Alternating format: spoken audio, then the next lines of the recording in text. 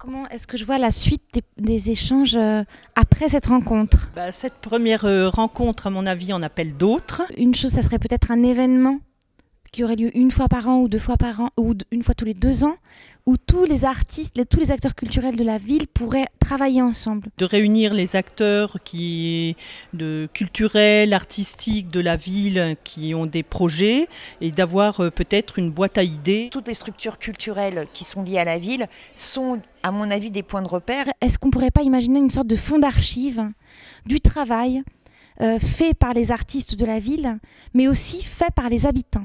Pour qu'à un moment donné, il y ait un regard de chacun sur ce qui se fait sur la commune. Quels seraient les 2 grands chantiers que pourrait mener la ville, les 2 grands chantiers culturels? Faire participer à la fois les artistes, toutes les personnes qui portent la culture dans la commune, avec les habitants autour d'un thème commun, par exemple. Il y a un besoin, mais vital, que les artistes interviennent en fait, dans les classes de manière extrêmement constante et récurrente, parce que c'est très complémentaire, parce que l'enfant apprend à développer son imagination, son rapport au langage, mais par le biais de quelque chose qui est ludique.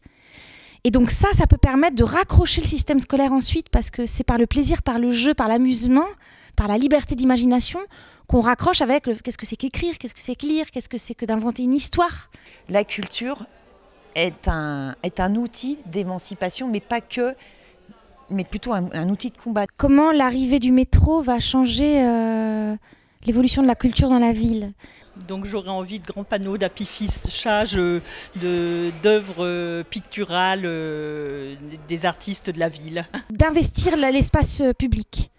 L'espace public par les œuvres d'art, que ce soit le cirque, que ce soit le spectacle vivant dans l'espace public, que ce soit la danse contemporaine dans l'espace public, les œuvres in situ. C'est-à-dire que les gens, quand ils sont dans la rue, quand ils vont faire des courses, quand ils vont à l'école, ils puissent tout d'un coup, par hasard, tomber sur une œuvre.